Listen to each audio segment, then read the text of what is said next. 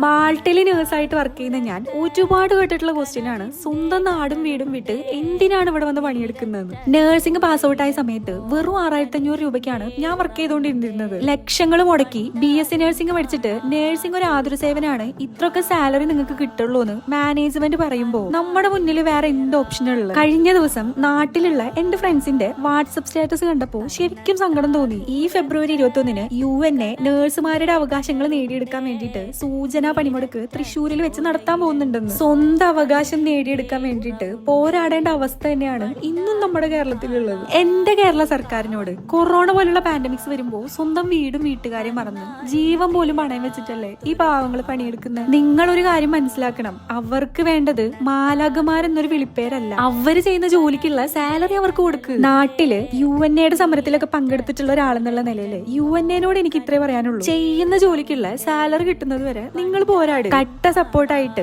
ഞങ്ങൾ പുറത്തുള്ള നഴ്സുമാര് നിങ്ങളുടെ കൂടെ ഉണ്ട്.